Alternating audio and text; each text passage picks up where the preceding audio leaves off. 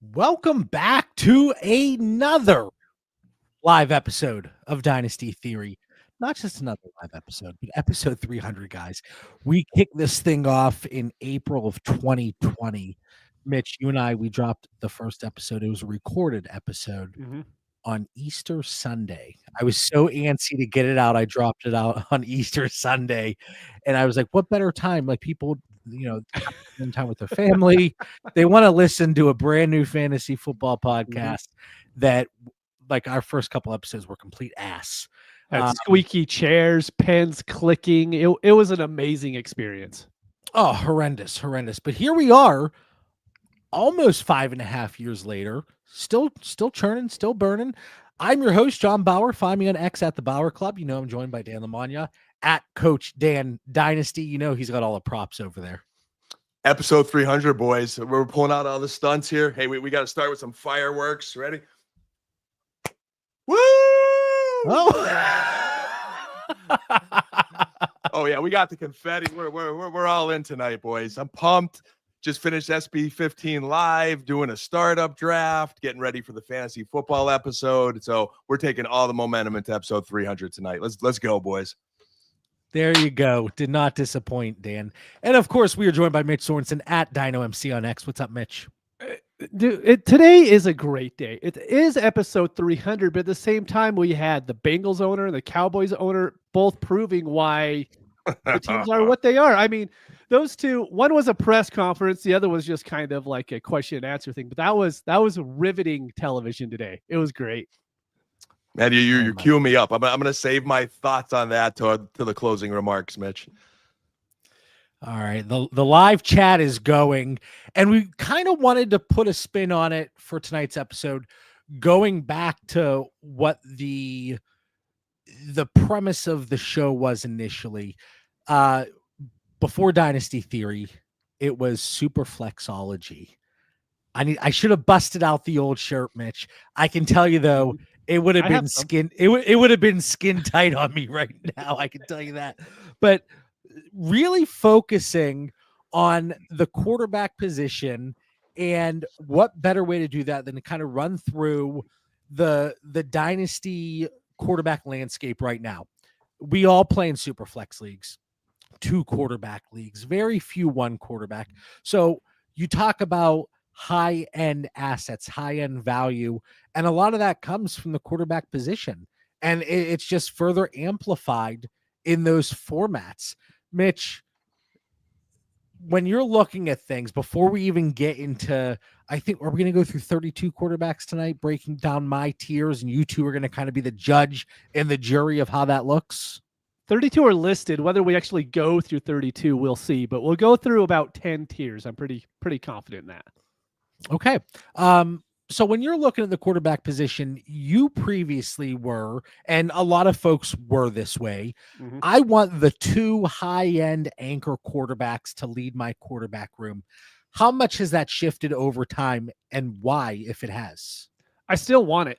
It's just when we first started doing this 5 years ago, it was very easy to get 2 picks in the top 6 of like a super flex startup draft, right? It wasn't hard to get up and do that. Now players are a lot more savvy. It costs a lot more to move up to get that. So now I have to do it in established leagues, and I still do it. If I could do that on every single Mo rosters, I will. It's just the opportunity cost at this point is so high to get those guys that it's really, really hard to do it and still have a competitive roster at the end. Dan, when you're looking at the quarterback position, how far down the road are you looking at things? Because we talk about like the volatility of the running back position. Obviously, wide receiver, you can go a little further out than the running back position. Tight end, you can really go year to year, especially at their cost. But how do you approach the quarterback position? Do you look for more longer term stability and insulated value? Or are you okay kind of plugging away and finding those undervalued assets that are going to help you win now?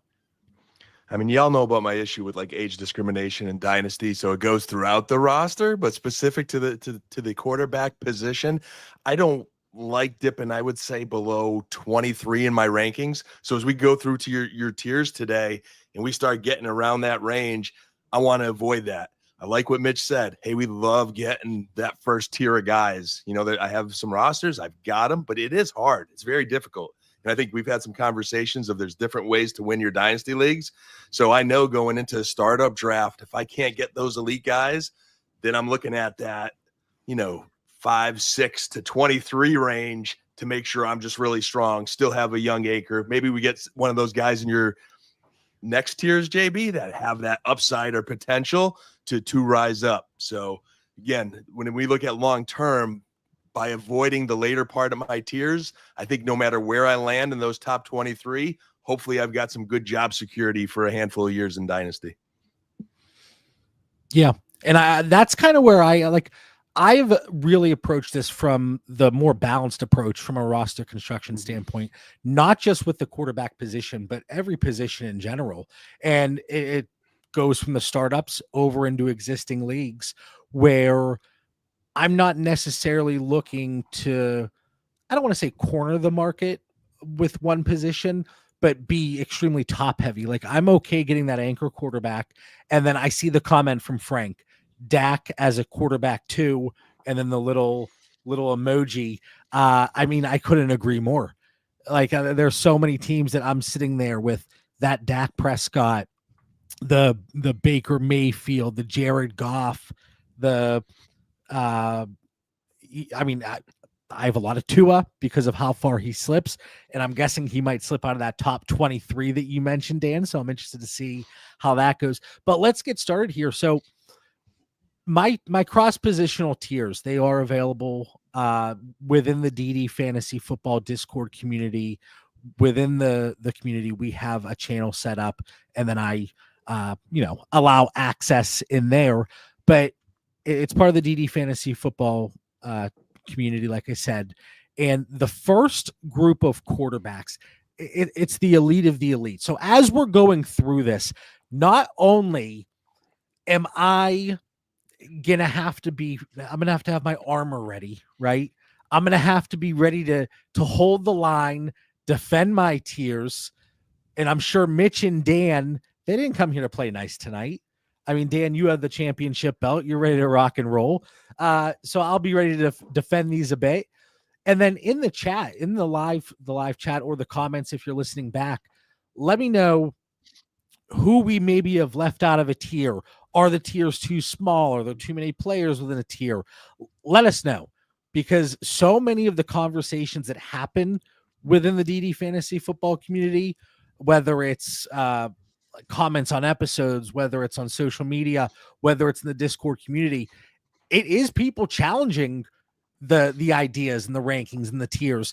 And as a result, I am forced to go back, and contrary to popular belief, I'm not that stubborn. I know Mitch and Dan might say something differently, but there are times that I'm like, this is something I need to reevaluate. But anyway, I have 3 guys in my top tier, in the elite tier. Dan's calling timeout already. Timeout already. I got to call a timeout just to actually compliment you, JB. I think this is important for our listeners, especially I think start of the show. There were some new listeners here tonight. When you're right, you are stubborn on some things, and Mitch and I have got our short list, but your rankings are not one of them. I give you mad props for this rankings or tiers, because every time I'm in the Discord and our listeners are on it, man. Like I see them call you out and be like, "Hey, JB, why is this guy here?" All the time. But it makes it for a really healthy process of, it puts your tiers under a microscope, and you're always analyzing them, and you'll be the first to say, hey, you know what? As I look at that, I need to bump him up 1 or 2, or, maybe you were coaching your kids basketball this week and you didn't quite update it on the spot, but your tiers are really analyzed a lot by a lot of people, and no pride in ownership, but you do a great job with them. So that was my timeout. I'm giving you kudos, and then we'll go back to talking about you being stubborn later.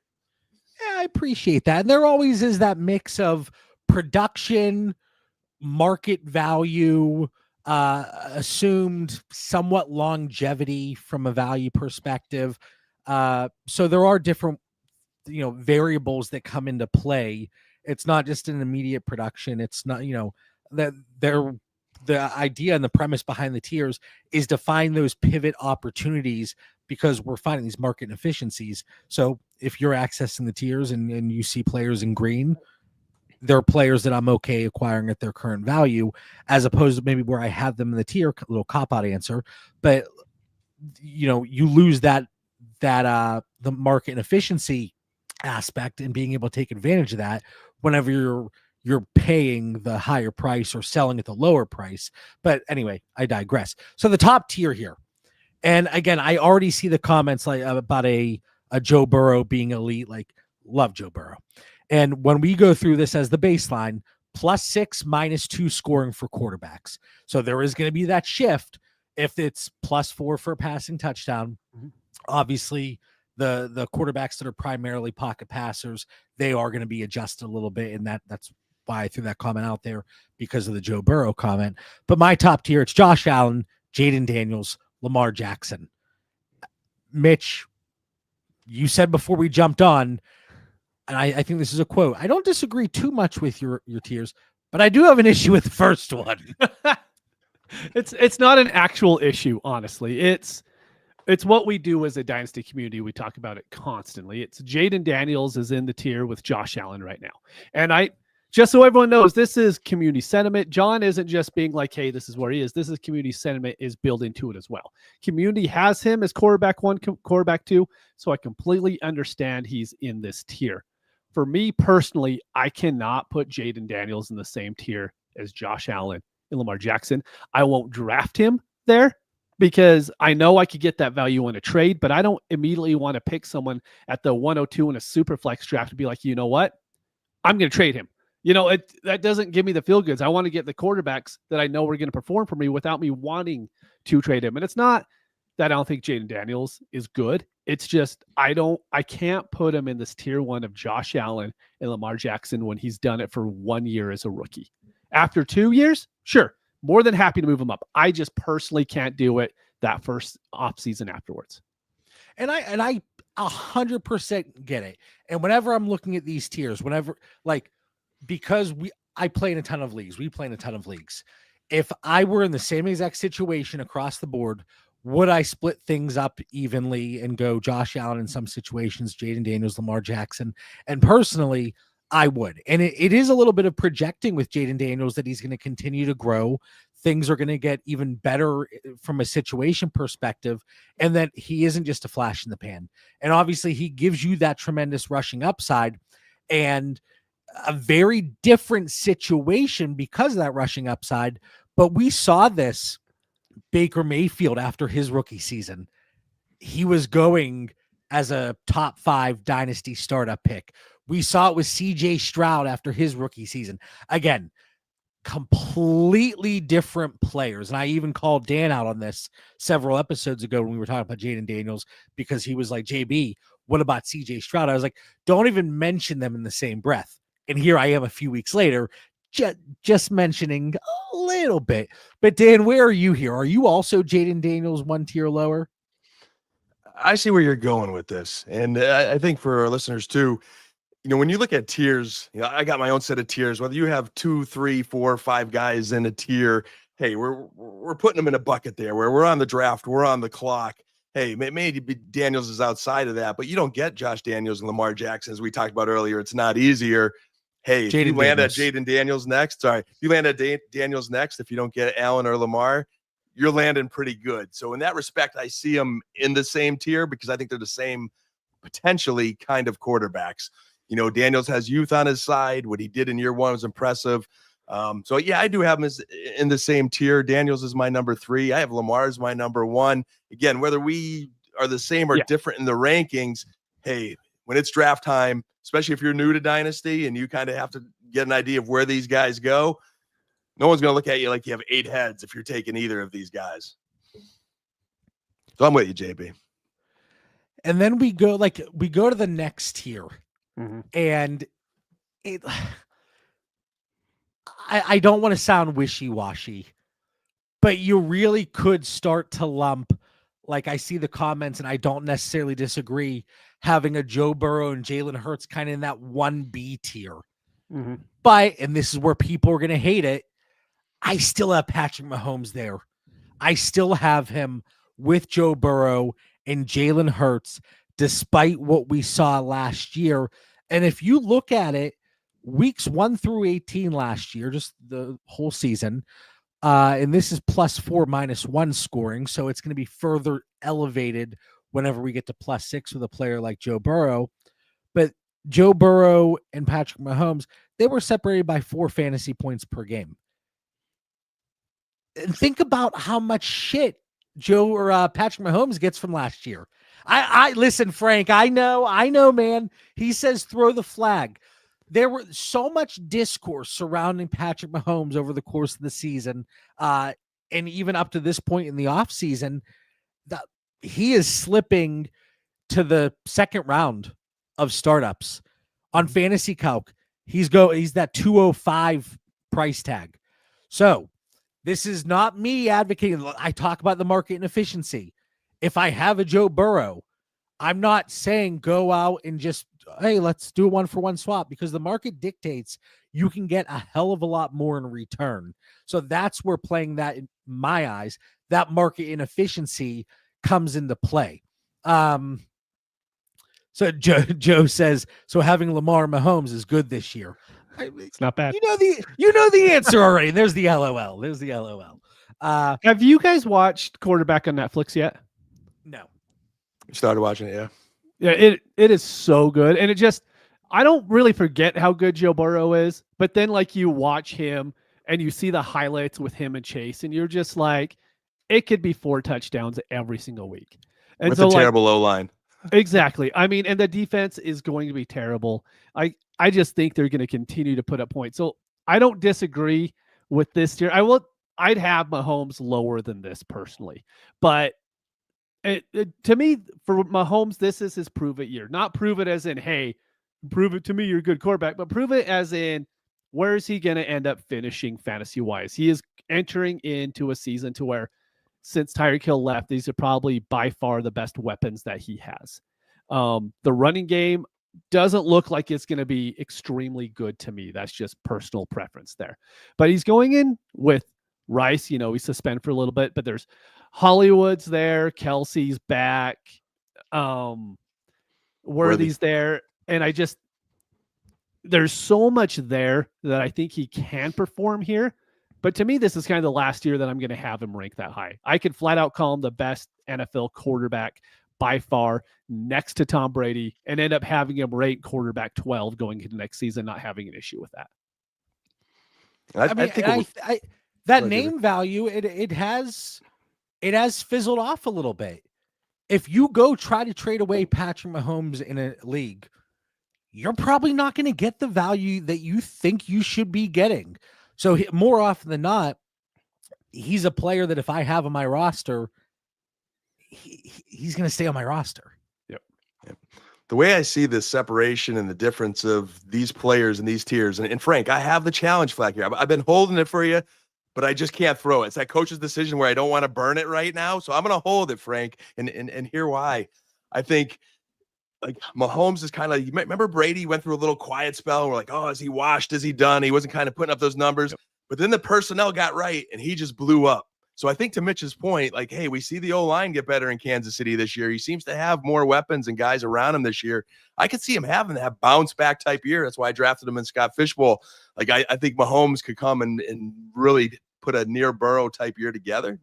Okay. I would draft Burrow before him, but I think the efficiency would need to be tremendous, because unless something happens, we're certainly not going to get that Cincinnati volume.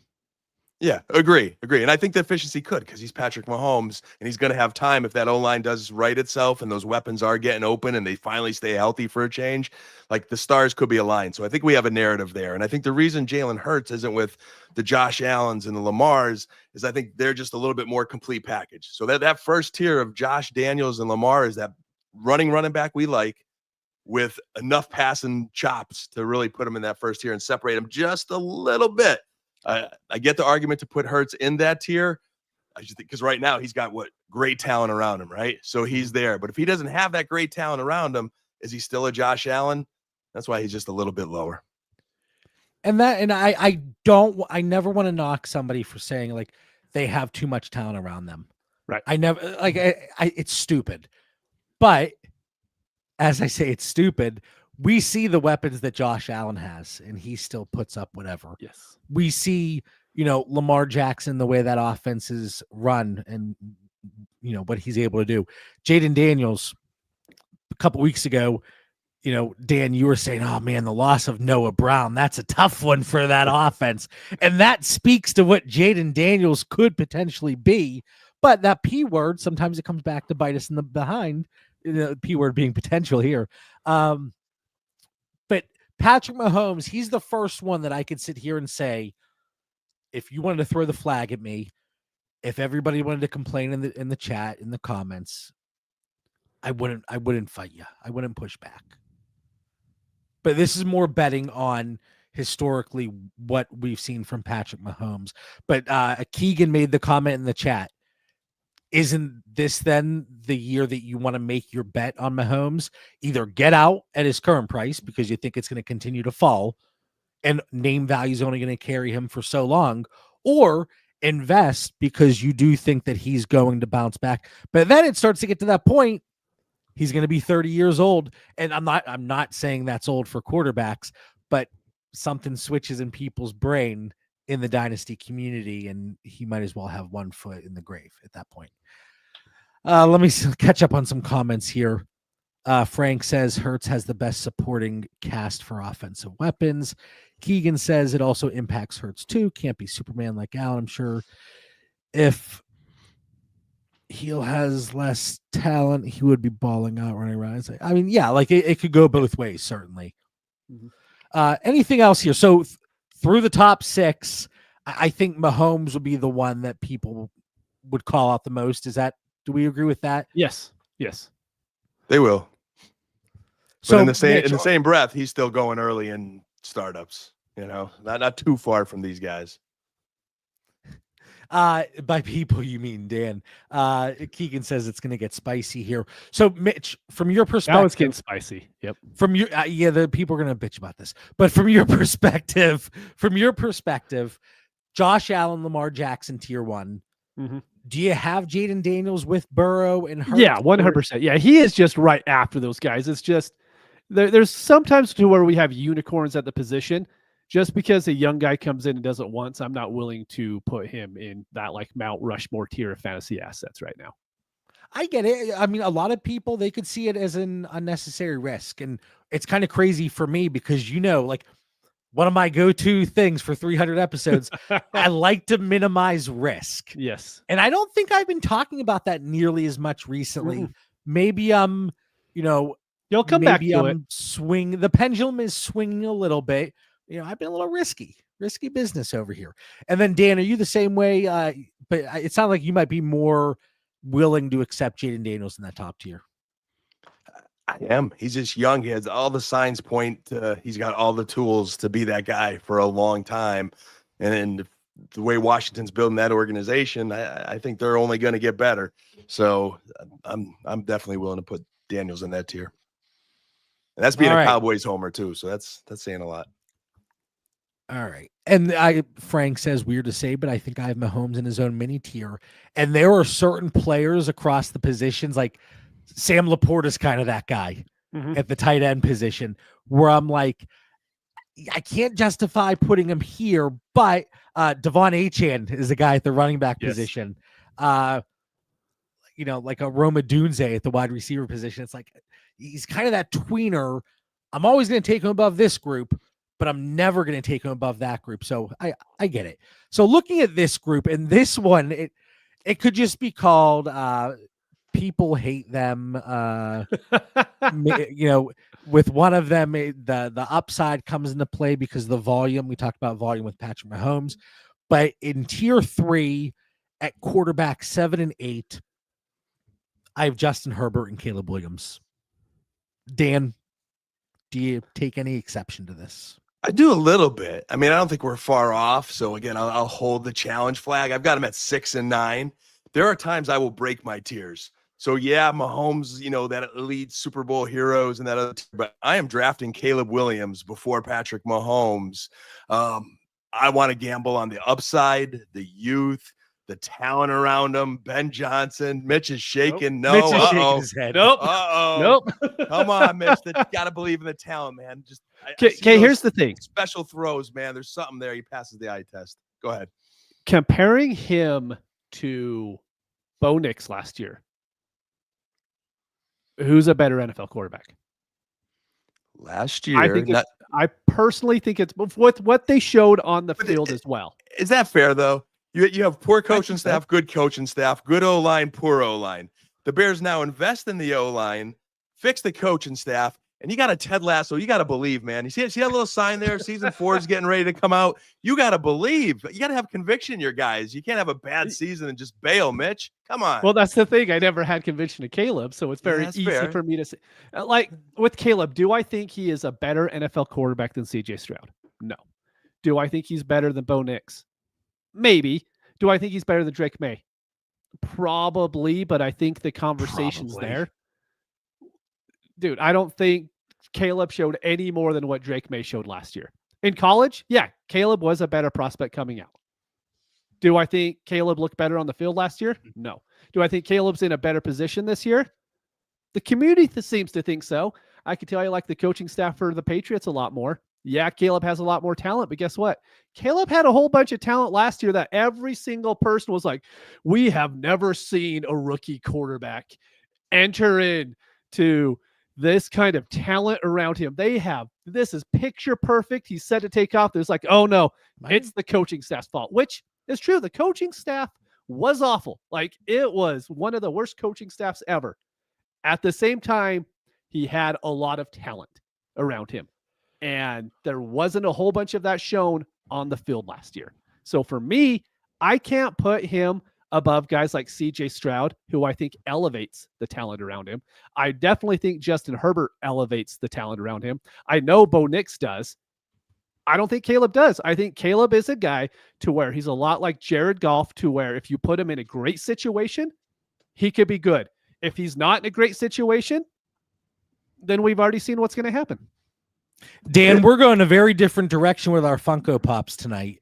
You show Ted Lasso, you say you got to believe. Well, I'm going to be throwing up, and I'm getting ready for Halloween already. Little Michael Myers, because Caleb Williams is going to be murdering the competition this year. There we go. That was even hot. That was even Bears colors, man, that Funko that you pulled out there for Halloween. So man, I got to throw the flag on Mitch, JB, though, because Mitch, isn't part of what we do in Dynasty project?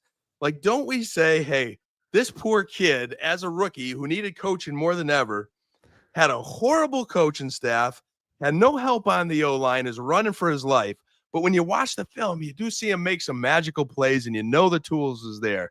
So now you put this guy that did wonders in Detroit, builds this team in a similar fashion, and has incredible talent around him. Can't we project that he could be better than a lot of those guys that you're talking about? Are we saying that Bo Nix is going to have a bad year? He's probably going to have a good year, right? CJ But that doesn't Stroud, mean Caleb maybe. Williams can't surpass them He this year can, and without years a doubt, he moving can. forward. And it's also putting a lot of faith in Ben Johnson being able to do all this as a rookie head coach who's also going to be calling plays. It's a lot to put on Ben Johnson as well. And so, in my view, I just can't have Caleb this high. That's just my personal thing. I get why other people do it. I can't. But even with Roma Dunze and Colston Loveland and DJ Moore, like had that, a lot of those, Luther Burden. He had a lot of those guys last year, man. And he did not he have had Colston Keenan Allen Loveland last year. And Rome was a rookie, also stuck in that poor coaching circle. JB, come on. I know we're eating up. We're going over the JB word count right now. I realize that. What do you think, JB? Be the tiebreaker. Go. I mean, I'm the tiebreaker. I have Caleb in this tier. So obviously I'm higher than a few folks in the chat. I'm higher than Mitch. But one thing I will say, you mentioned the poor offensive line. Some of that was brought on by Caleb Williams himself. You got to get rid of the ball, buddy. You got to get rid of the ball. He took 68 sacks last year. And you get a little. There's plenty of jokes we could make there. 68 sacks, but As a quarterback, you get the jitters sometimes when that pocket's always break down. So then you break down before it even happens because you're anticipating that. And that's just, it's kind of a bad habit you develop. And that's where Ben Johnson's going to fix that this year, Mitch. And that interior line is shored up. So the breakdown's not going to be there. But we're poorly neglecting Justin Herbert in the same tier here. Are they that far apart? I have no issue with Justin Herbert being here, to be honest. I don't. Well, and I think that's, I mean, certainly why the conversation has been centered around Caleb Williams whenever going through this tier. But the big knock on Justin Herbert is, well, it's that ceiling. Mm-hmm. If he's not going to get the volume, he's a very good real life quarterback. Yeah. Well, we talk about he's a good fantasy quarterback. Exactly. Can he get to the next level? No. If the volume is not there. So Herbert's kind of one of those guys. Like, I love Justin Herbert. I end up with him in a decent amount of leagues, even considering the price point. But there is that question. And then you talk about ceiling and going to that next tier with the Bo Nix, the Drake May, and then CJ Stroud I have mixed in there. But we talked about this previously, Mitch. When you look at a Caleb Williams, when you look at a Bo Nix, there was that far higher baseline from Caleb Williams. Yes. Coming in. And as a result, there's that pre-draft and post-draft bias. Yes. If he shows something, that price is going to elevate itself so quickly. And then on the other hand, though, there is a far wider range of outcomes here from a value perspective with Caleb Williams over the next, not even 6 months, like 6 weeks into the season. Mm-hmm. There are no more excuses, like you mentioned. If he fizzles, if he struggles early, it's going to be tough sledding. You're going to have to hope that he can recoup value and, as a result, give you more production. So moving on to tier 4 here. Wait, I already mentioned it. Real quick, JB, just one final thought on Herbert. I think a key for him is because, like, I think the efficiency is the key, right? And he should be, I think, more efficient with Omari and Hampton taking some pressure off with a solid run game, but that still leaves a concern of the volume. So I think that it's so imperative for Quentin Johnson, Trey Harris, Oronde Gadsden, like, some guys got to step up and help him out. I think get him where we need him to get. If not, I think we're going to be waiting another year for a big signing. Okay. Just again, running through some of the comments. So this group here. So we follow up, just to recap, if anybody's just jumping in, and hit the like button. 300th episode. It's a big one, boys. It's a big one. Hit the like button. I know you already subscribed to the DD Fantasy Football YouTube channel here, but top 3 in the first tier, Josh Allen, Jaden Daniels, Lamar Jackson. Tier 2, Joe Burrow, Patrick Mahomes, Jalen Hurts. And again, if there was any hate on the tiers, directed towards me, because these are my tiers. We're using them as the baseline for this conversation. So dump it all over here. And then tier 3, Justin Herbert, Caleb Williams. That takes us through the top 8. And then I'm coming in +6, -2 quarterback scoring with CJ Stroud, Bo Nix, Drake May. Certainly with CJ Stroud, there are other question marks surrounding that offensive line. We saw CJ Stroud struggle last year. Bo Nix, extremely efficient. You saw the production, had that lower baseline. Drake May, you're projecting at this point, and it is more of a market value kind of ranking for him right now. And I already see the comments, but this tier and my next tier are super close together. And that's kind of where you see, even though this tier I have ahead of the next group, there is that market inefficiency there, because there is the gap out in the wild, guys, is far greater than what it should be. So, Mitch, do you believe CJ Stroud bounces back? Do we see Bo Nix take that next leap? Do we see Drake May show us anything? There he goes. Episode 300 winner. We got a winner. He called it before the show. You are on mute, Mitch. You I guys must have touched still my mic. 300 I episodes, never you touch still my haven't mic, though. you haven't Normally I figured out hit the the mic. button. Okay, so must have touched it. Didn't know I did. Anyways, I am going to put JJ McCarthy up as well into this tier. And it's mainly the Kevin O'Connell is the biggest reason for it. But it's just these guys Can they pass Justin Herbert, Caleb Williams? Yeah, I think there's an opportunity for that to happen. Can they pass Mahomes? Opportunities there. Do I think they could pass up Joe Burrow, Jalen Hurts? Probably not. But these guys are young enough to where the dynasty community, if we see a really good season, we could see their value rising, right? To where when we get to the next tier, these guys have all already performed at a very high level, and they're still not valued at that level. So that's why I would kind of bring JJ McCarthy up into this as well, just because if he comes out and has a good, you can shake your head, Dad, but if he comes out and has a good 5-game sample, he's going to be tiered up with all these guys anyways. If he comes out and bombs, then yeah, of course, he'll drop down a little bit, but he is so young with that coaching staff, with Justin Jefferson, that if he comes out and has a really good September, I think there's every chance in the world he could be quarterback 7 by that time. With JJ, there's that potential, Mitch, but that's like putting the cart before the horse there, isn't it? Like he didn't earn that tier by any chance. These guys at least earned it. No, without a doubt. I completely agree. Yeah, but it's just, is Baker Mayfield going to be quarterback 6? I just don't think there's anything he can do that's going to end up. Kyler's not going to get there. Brock Purdy's not going to get there. Jordan Love's not going to get there. Can JJ McCarthy? 15% chance, right? But I just don't think there's a chance that these other guys, being how old they are going to improve that much. Even though I think like Brock Purdy should definitely be like a top 8, 9 quarterback at this point, but people just don't value him there. I'd say there's a window with proper health and the talent around them for Jordan Love or Kyler Murray to potentially sneak in there. I don't have them there. But like Mitch, I'd expect to hear a little more conviction about your boy Drake May tonight. You even put Caleb before him earlier when you were talking. Like this is your boy, and over the last few weeks, I have been rising more and more on Drake May, kind of thinking how I was concerned about the talent around him, but I think he could be the kind of quarterback to elevate that talent now with a good coaching staff. I definitely think he can. I think the problem is the talent just is so bad.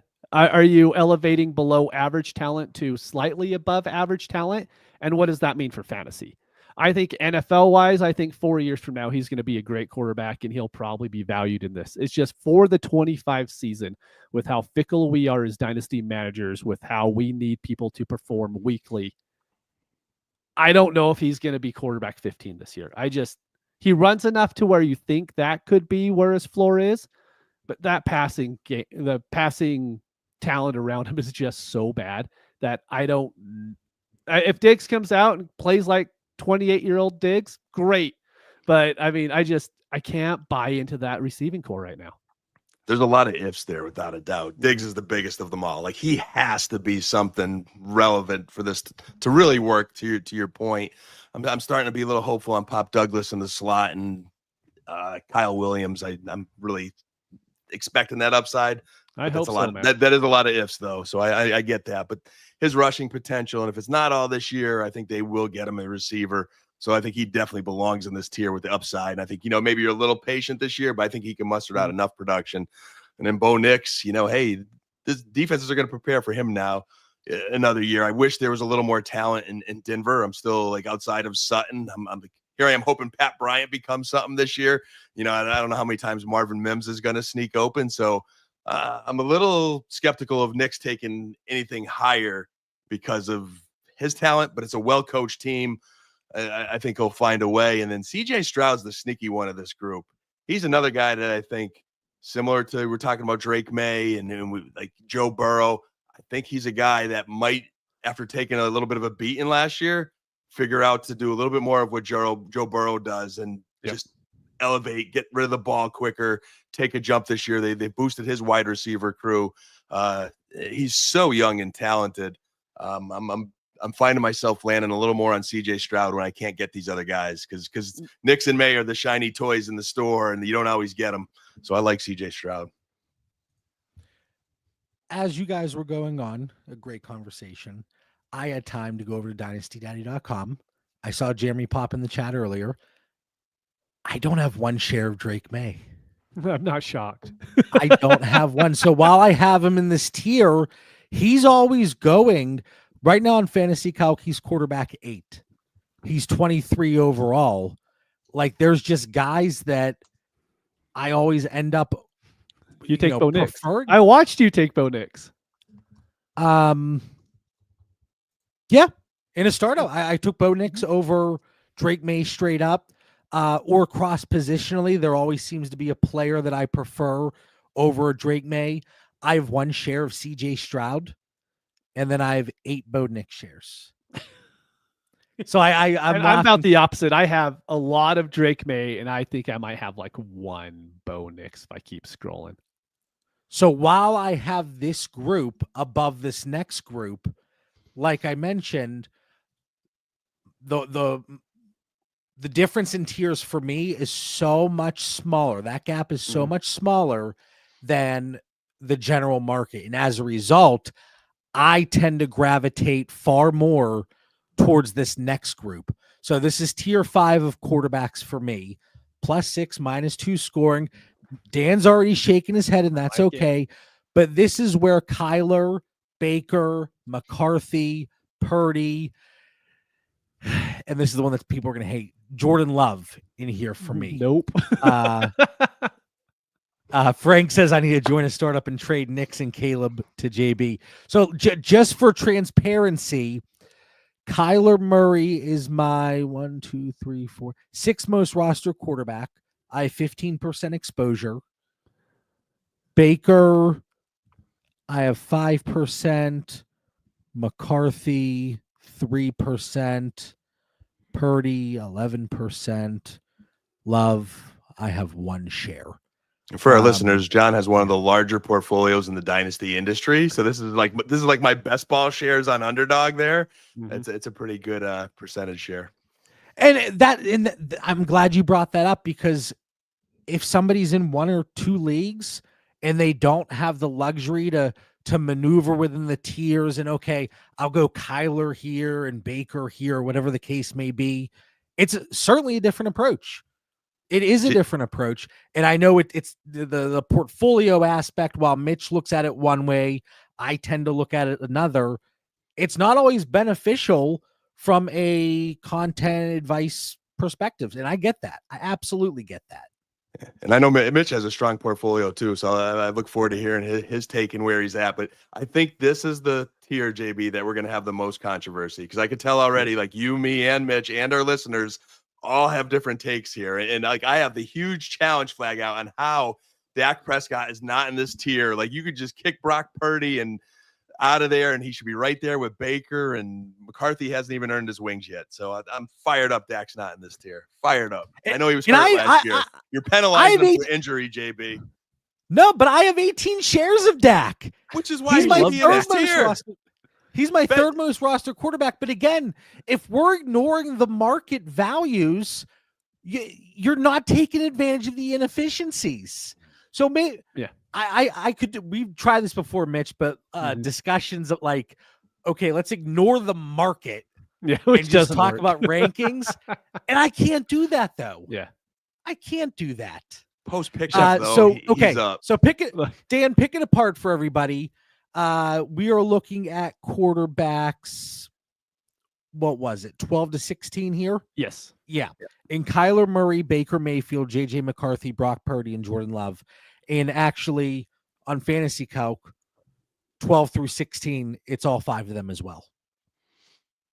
I struggle with it. I really do. And I struggle with it because for different reasons too. Like I'm hearing some Jordan Love hate here, and I'm with you with Jordan Love, ironically. I think he's being a little penalized for the injuries he had last year. He was hurt last year, you know, and then they go and he's healthy now. They draft Matthew Golden, which again, you guys know I'm a Golden believer. I'm going to the grave. We got Golden. That's good. Going to the grave with it. Got one Golden plug in this episode. So I like him there. I do like Purdy there, but I'm a little worried about like this window in San Francisco of like Kittle and CMC agent, and like I just think he's a guy that has to have the talent around him. So I'm not saying he doesn't belong there, but I just don't normally like drafting him. McCarthy, I just have no body of work. He wasn't a highly touted rookie. He was controversial when he was drafted whether he was going to fit. Is there a scenario or a world where Sam Darnold was really good for this offense and now he's gone? They did want to pay him. They wanted him back. Darnold didn't accept the money that was offered, or Daniel Jones didn't accept the money that was offered. That's right. It was a big over like 10 million offered for Daniel Jones, and he decided to go to Indianapolis. So there's just a lot of doubt in there for me from McCarthy. Baker I love, but Dak belongs with Baker, and I think we'll get a little Baker regression this year after 40-some touchdowns last year, and he's got some aging and injured receivers, although I think Ibuka and McMillan could potentially step up. Wait, throw the flag. Somebody commented on last week's video, and I said, I agree. The way you say Ibuka, that's rubbing some people the wrong way, Dan.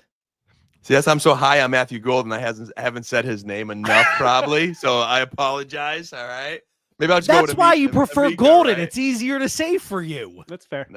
No, I had him higher, but anyway, no. But I love where Tampa Bay's going with that pick. I love that pick. So I think Baker's solid there, and then Kyler, I'm a little worried about scheme and some of his passing deficiencies. He flashes sometimes, looks terrible others.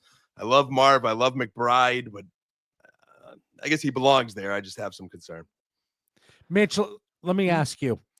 Out of these 5 quarterbacks, I have them 12 through 16. Like I said, the market, they're in that 12 through 16 tier, even though that gap between this group and the tier above, there's more separation there, like I mentioned.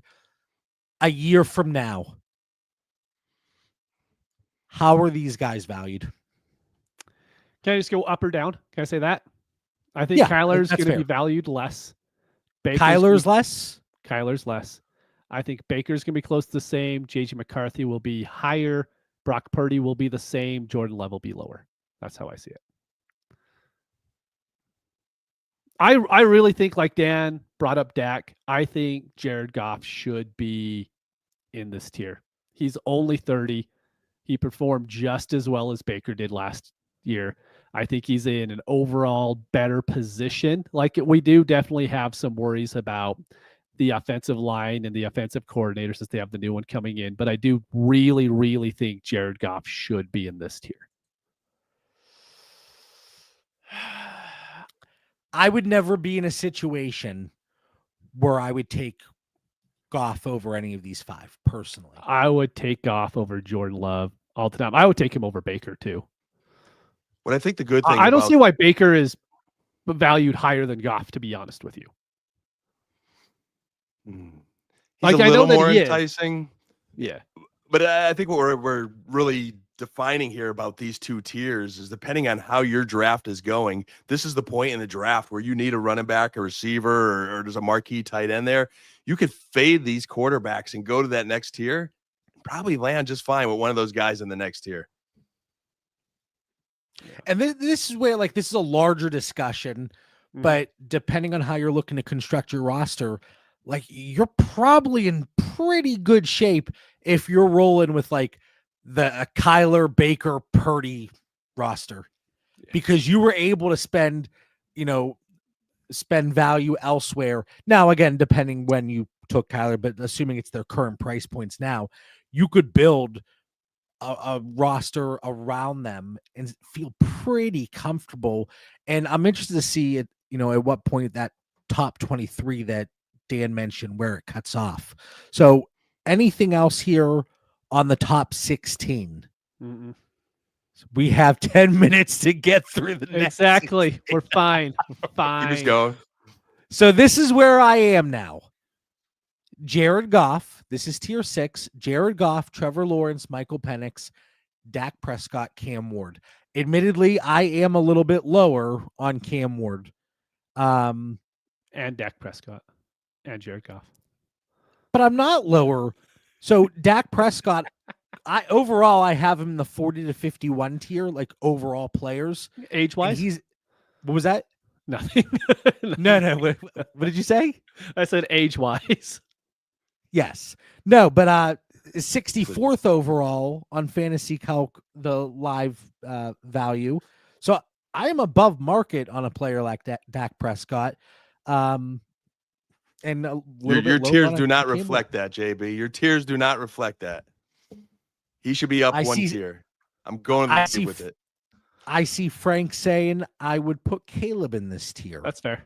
I like you, Frank. Frank. See, but here's the thing, man. too. We normally this is a larger discussion, too. Let's say you would put Caleb here. Even if you're one tier below market on a Caleb Williams, you probably don't have much rostership. You're probably looking to pivot off of him at his current value anyway. So you don't need to this is where I have him tiered or ranked. You don't need to have him at 22nd overall or 22nd across the quarterback position. If you had him 14th, you're still well below market. You understand what I'm saying? Yeah. Yep. But to hit on that real quick, John, you're right. It's if you're out, let's say you have 10 or 15 dynasty rosters or just even 5. If you're out on one of these quarterbacks, you're going to have 0 rostership. You're not going to have like one hanging around. I just looked, everyone knows I like Drake May. I don't like Caleb. I have 22% of Drake May. I have 2% of Caleb. And it's on a team with you, John, to where I'm sure we drafted him. And, that's just kind of what happens in a co-own. But if I didn't have that, I wouldn't have any Caleb, so it's just kind of how it works, especially with quarterbacks is they're valued so closely that when you end up liking one more than the other, it's like Michael Penix for me in this tier. Should he be in this tier? Yes. Am I taking Michael Penix over anyone in this tier? No, because that's just my personal opinion on it. Dan? That's right. I would take Michael Penix over Cam Ward. Which I could get that one. Yeah. All right. And you certainly would take Dak over anybody else in this tier, correct? I mean, I think Dak's 2 seasons removed from some incredible stats, and the way that offense is trending, all stars are aligned. Like, he looks great in camp. Pickens, answer the question. Lamb, Fergs. Dan, would you take Dak over should be up I would take Dak over everybody in this tier, and I would also take Dak over McCarthy, Purdy, probably Baker, just because I'm a Cowboys homer. Dan, we should have a bet this year on who scores more points, Goff or Dak, just because it would be fun. That would I be think fun. Dak is probably more likely to, but I like it. I like that bet. No, and I do like Goff. Goff's got all the weapons around him. I know there's some concerns over the interior line, but he's such a you get to a certain point in your career, I think you could overcome a little bit of that. Like, I don't think the line's just becoming terrible all of a sudden. I just think look what Detroit did last year. I think you're going to see a little bit of regression, but it's still probably better than most NFL teams, the Detroit offense. Yeah. And then Trevor Lawrence, guys. I see the comment, Ted Lasso.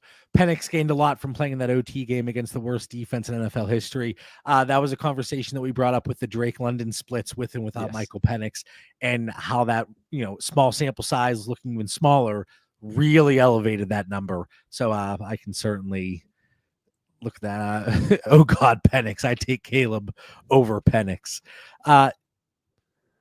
So the Goff, Lawrence, any issue with them in this 17 to 21 tier? I'm really excited. Like, this is make it or break it time for Trevor Lawrence. But I think that combination of Brian Thomas and Travis Hunter, that's sick. Like, that has so much ceiling to it. And you get the good coaching in there now. Like, the stars are aligned. It's now or never. Now, we kind of skipped over this, but I do want to throw it out to you too. Out of this tier and then the 2 prior, are there any, probably more so cross-positionally, where you find yourself kind of avoiding that tier of quarterback? And for me, obviously, it's kind of that CJ Stroud, Drake May territory. No, I like all of it. If I could get one player from all this, I'm in. Yep. Now the next tier. The next we're about to enter the abyss here, man. There's like one quarterback left, JB, on your tiers that I would entertain. One. Yes. All right. So now we're going to my tier 7 quarterback, but there is a break. So it's actually tier 8 overall. So this is where more separation between those tiers. For me, it's Tua, Jackson Dart, and Bryce Young. We started to see a little glimmer of hope with Bryce Young last year. Jackson Dart, he's not going to start at the beginning of the season, most likely there for the New York Giants. When does he get his opportunity? Can he be relevant enough? Does that coaching staff keep their job? Does Jackson Dart keep that job? And then Tua, it's the health concerns. It's what can he do if Tyreek were to miss time, if Tyreek weren't healthy, if Waddle were to miss time. Like, that offense, they need playmakers. And we see the splits with the assets on that team with Tua gone, and then it looks a little bit different when he's available. But they're all valued fairly similarly. Bryce Young actually, Bryce Young a little higher. But Mitch, if you had to bet on Tua, Jackson Dart, or Bryce Young, no, rising in value, let's say the top 50 dynasty asset in 12-team Superflex tight end premium formats, do any of them elevate to that point? Well, do they know? If I had to pick one, it's Jackson Dart because he's 22 years old. And so he can move up. I don't think there's much Bryce Young can do to move up. Tua, people hate Tua. But isn't it funny though? Like, we're talking about CJ Stroud as a top 10 dynasty quarterback still. Yeah. Mm-hmm. Should that gap be that large between him and Bryce Young? There's a point there. Bryce Young played some awful football early last season. I remember making fun of. He was doing like these jumping throws. They were like the weirdest thing I've ever seen. But then he got benched to see over the line. Exactly. But then he got benched and he stopped. So maybe he does. But what I have seen from CJ Stroud is he has one of the most accurate arms in the NFL. Like, bar none. His arm is awesome. And so as far as Stroud versus Bryce, yeah, I'm all about Stroud over Bryce. Can I say, I think this is one of the best insults you can throw at somebody to say their cheeks. Yeah. I try not to say it just because, got to be somewhat professional here, guys. But if Frank says, yeah, Bryce's cheeks, JB. Frank is like critical of the quarterbacks, man. I haven't seen this side of Frank before. He has high standards, man. Chasing breakers, Tua should have a sell window, but he'll never get close to his previous high. And spot on. Mm-hmm. Bryce is still a 5-win season away from being drafted over. So, like, this is where it starts to get gross. This is where you ultimately see people go other directions, not just within the quarterback position, but from a roster construction perspective, going other, cross positionally. And we're in the, what was this, quarterback 22 to 24 tier. People are okay missing this range of quarterback. And it's why I end up with so much Tua and Jackson Dart. Yep. Because they keep slipping. And I'm like, well, got to take that fallen knife, JB. Got to do it. If you get him, JB, I hope you're taking him as like QB3 or like Bryce Young, I said, is the last guy I would even kind of entertain. And that would only really be in a scenario where,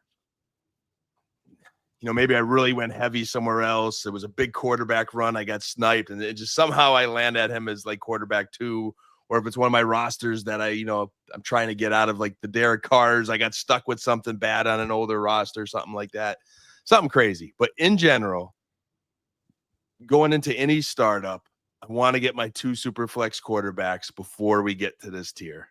Like whatever it takes, I'm going to make sure I get my 2 quarterbacks and do not approach this tier. I want it to be someone else's problem. If someone succeeds out of these tiers, awesome.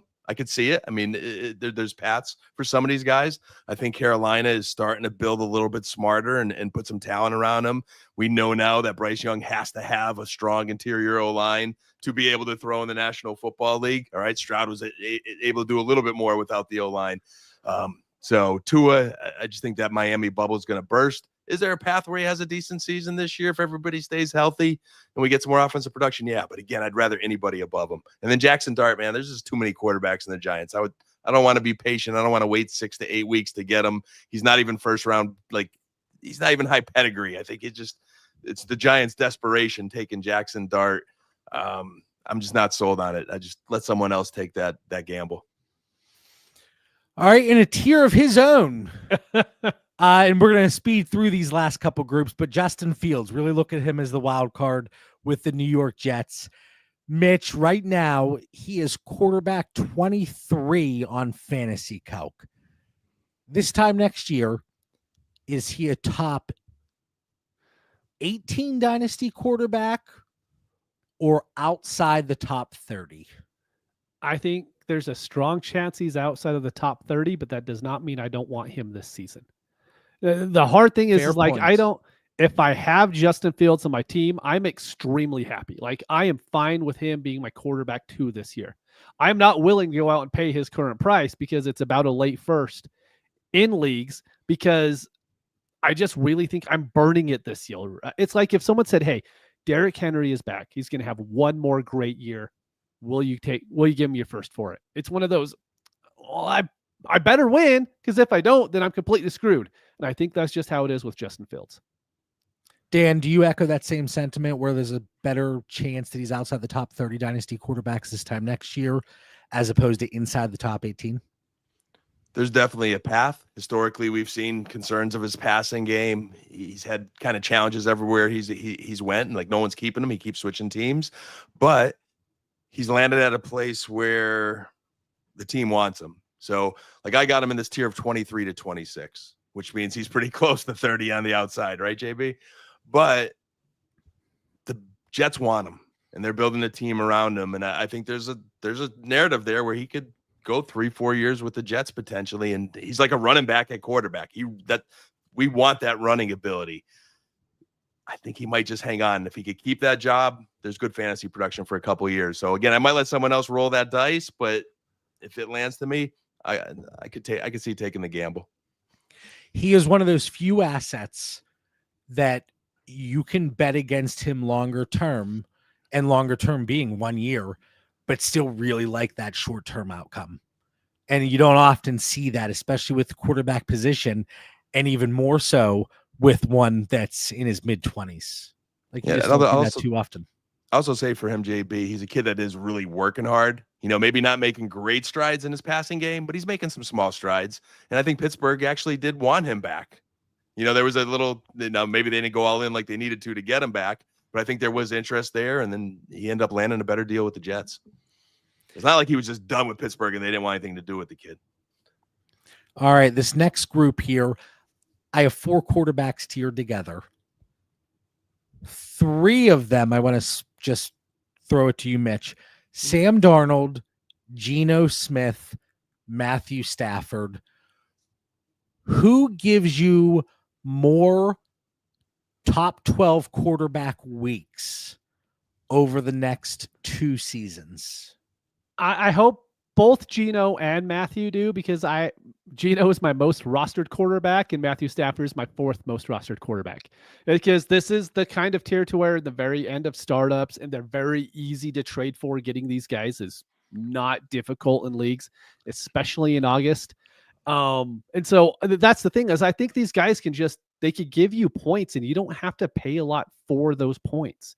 So that's why I just end up with such a high rostership of these guys. I even have a lot of Aaron Rodgers, just because they're not free, but you compare them to anybody else, like a Bryce Young, you're paying triple the price for a Bryce Young, who I don't think is going to end up scoring more points than Geno Smith, Matthew Stafford, or Aaron Rodgers.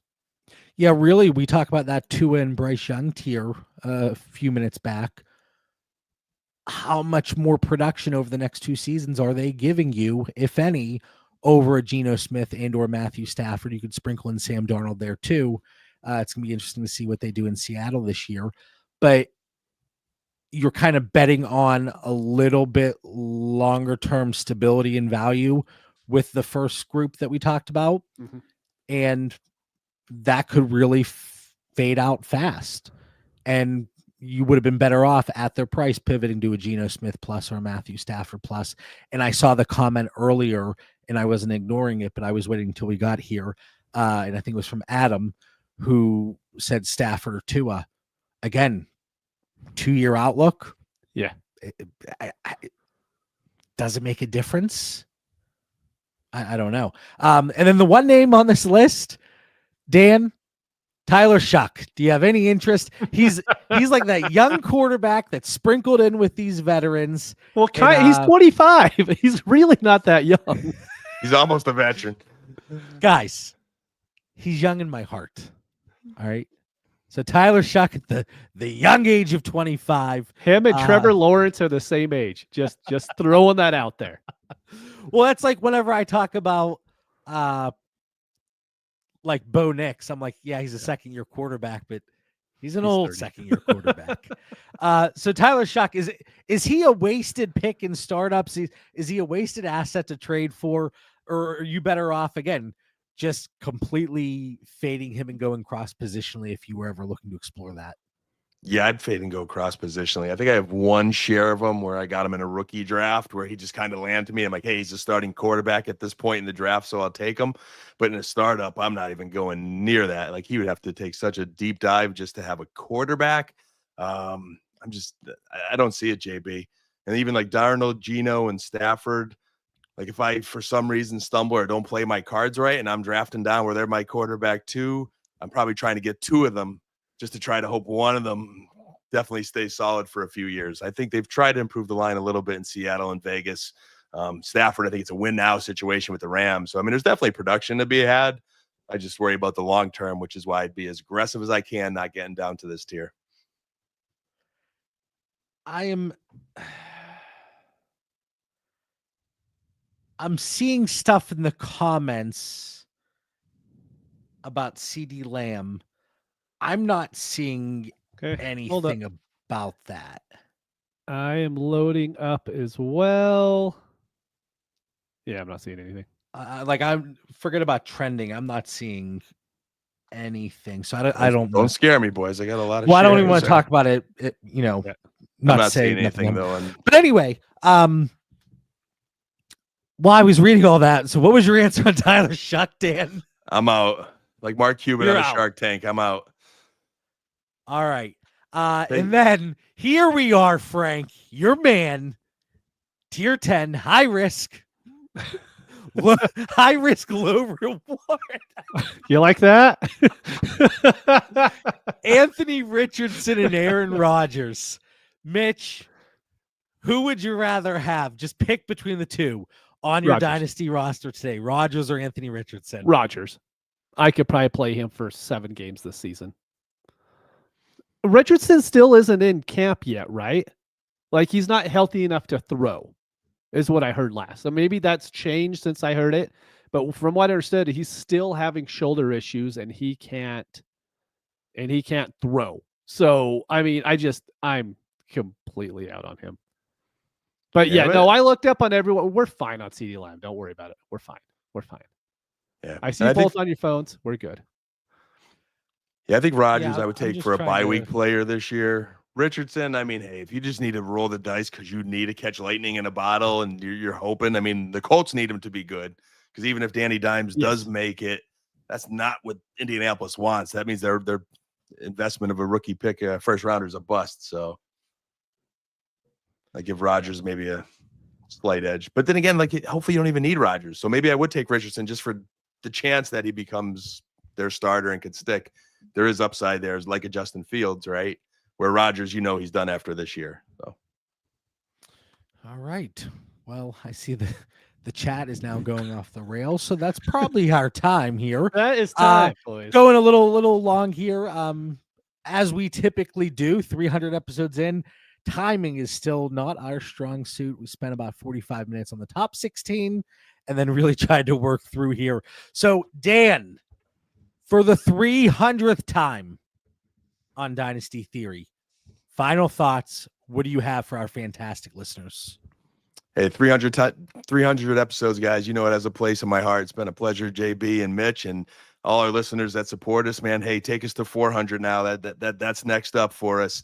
And Mitch, you mentioned the beginning of the show, that Cowboys and Bengals press conference. I heard them both.